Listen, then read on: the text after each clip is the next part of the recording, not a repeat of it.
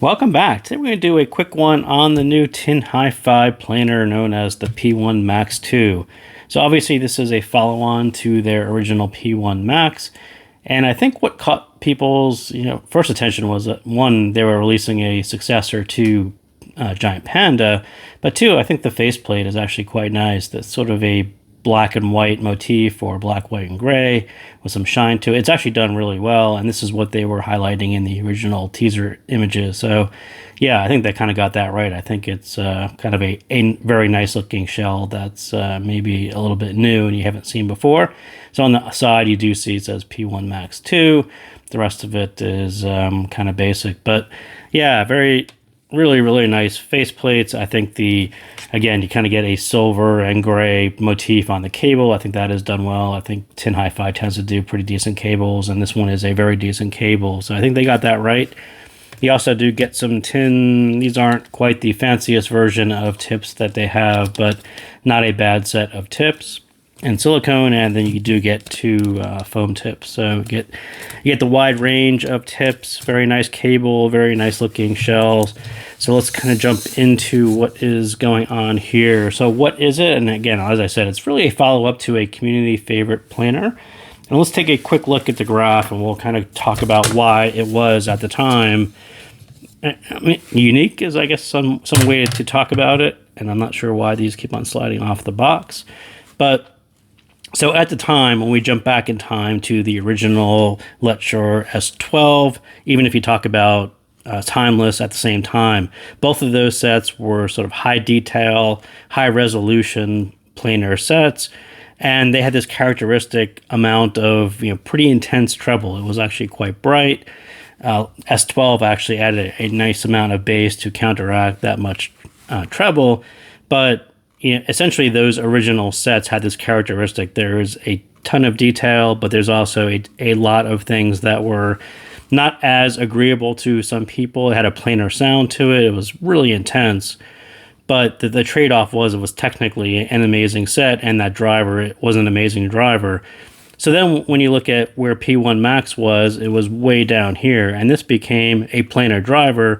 You still had some of those planar technicalities. It still performed really well, but a much more likable, much more agreeable to most people level of treble. It wasn't so intense.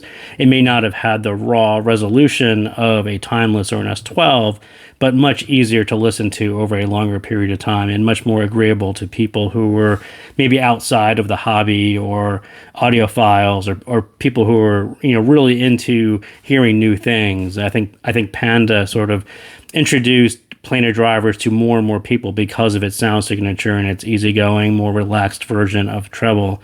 So when you look at P1 Max 2, and they sort of split the difference between the two, and I know that the normalization here is, I don't know, it's probably at 500. You can shrink this gap a little bit if you just move it down to the bottom, but I just kind of left it the way it is so we can see the spread of how three of them sort out. But yeah, it's a very interesting choice. They almost took the part that was most likable to most people, was this lower relaxed treble, which was just easier to listen to over long sessions, and made it brighter.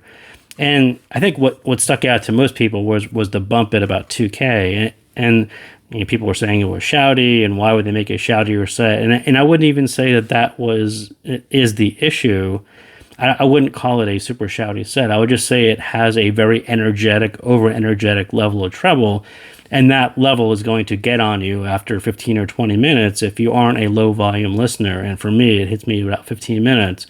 And my brain just says, you got to turn it down, or you got to EQ. You got to do something to bring this level of energy down that becomes a longer session style set. It's just really intense over the long term. And so, yeah, it's kind of confusing why they did it. I mean, I think for lower volume listeners, you probably get a really nice level of treble at a very low volume, and that's fine.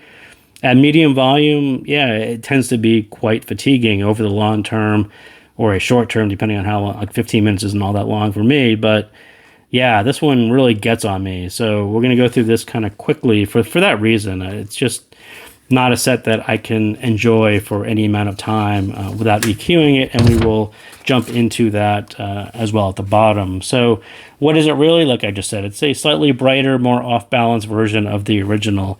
And again, I think people really like the signature on the original. That is why, between the price point and the signature that they hit, that more relaxed version still had plenty of bass. They had a winning signature that was very popular with a lot of people. And why they tweaked it in this direction, I wasn't really sure why they went there. But as I said, on the sound, two ideas on what they were going for: either a low volume energetic set or kind of this thicker thin version, which some sets also hit. And I'll say, so at medium to medium plus volume, there's this decent amount of sub bass that you combine that with the brighter, thinner female vocals and end up with this, I call it thick thin. So on the upper side, you end up with a thinner sound, and on the bottom side, you end up with a thicker side. And there's nothing really in the middle to transition the two. And it always just sounds kind of odd. It never really sounds right. It never really does what they intended it to do. I guess the intention was to really add some sub bass to counteract or, compensate for the amount of treble that they increased, but it never really works out that way unless you have more of a transition into the bass to combine the two. So yeah, I would just say this one it just ends up being quite bright and much better at lower volume. The bass, again, the character of this set is now more treble heavy, and it really dominates the bass rather than being balanced. I do think they ticked up that sub bass to compensate, but that's not really where they needed to compensate. They could have paired it, increased that increased brightness with some more mid bass, and that would have given you the body that you would have needed. And pretty much exactly what you see at what S12 did, right? So S12 has more treble. It was like way up there. S12 Pro, I think, actually ratcheted it back to a more balanced version. But again, just having this slight uptick all the way from sub bass all the way through mid bass actually does give you the body to pair with the amount of treble. And you can kind of see where P1 Max 2 sort of increased this bit, but didn't necessarily increase anything until way out here. And I don't even know if the original was leveled off like that or it was the same, but they needed to do something kind of closer to where S12 is, and that's kind of exactly what I did in EQ, and that gives you the back end to this front end, brightness, to have a back end that sounds like it decays and it sounds like instruments have bodies and vocals have some thickness to them. All those things that you kind of think about when we're talking about sound and tuning, and it's kind of what they sort of missed here. So the mids, again, as far as a thinner sounder planar go, I think this one is okay if that's your thing. I think some people will seek this one out simply because it works at low volume and it's got a lot of treble. That's going to appeal to some people. If that doesn't appeal to you and you think that, I'm just kind of talking about this like it's not as bad as it is, and, you'll just kind of get away with, a little brightness doesn't bother you. This one, yeah, I would think twice about that. I think this one is pretty intense at anything above low volume, and there are lots of other planar sets that you can get that are more balanced, and this one is really aimed at a certain type of listener. So yeah, this one, again, and that sort of brightness doesn't really play into most of what planars are really special at. And in fact, it really plays towards planar timbre more than where they should. And again, this is a couple years later, and we've moved beyond where S12 was. S12 Pro kind of moved it in a better direction. S15 moved it really in a direction where planars can sound more natural, a much more likable, much more relaxed, they kind of an end-to-end, more natural sounding set. And then this is sort of a step backwards. And again, it's kind of a puzzle why they went backwards into something where after a couple of years of listening to planar sets that making them brighter tends to not bring out the best in any of the planar drivers. I don't care if it's the TINHIFI one or Lecture, they all sort of fall into, they don't sound all that great when they are a little bit too bright. So again, you're just better off at lower volume with this one, and that gives you a little bit more body to the mids, and that'll kind of get you back into a better place. And on the treble, again, this was going to be tough either way, just because if you look at the graph, it was just going to lean really heavy into the lower treble. And again, like I said, I wouldn't say it's a shouty set. I would say there's a real heavy emphasis on that lower bit, and that really immediately does throw off the balance. It leans into the part of planar sound that doesn't appeal to most people. And really, the treble should have support from the mid bass, and it should have some upper air as well, and it doesn't really catch either one of them. So you end up with a more emphasis on the treble, but it doesn't necessarily sound any better. It just sounds like there's more treble. It sounds like it's a heavier treble as opposed to a more refined treble. And that's, I think, where S15 really focused on really having a more refined version of treble. And that took a lot of work. And what they did here, I'm not sure they thought too much about it, or their approach, I don't know. I'm not sure what they were thinking there. So the stage, again, the upper mid emphasis is just going to flatten the stage, and that kind of is going to affect everyone else. So QuickEQ, if you happen to get this and you aren't a super low listener.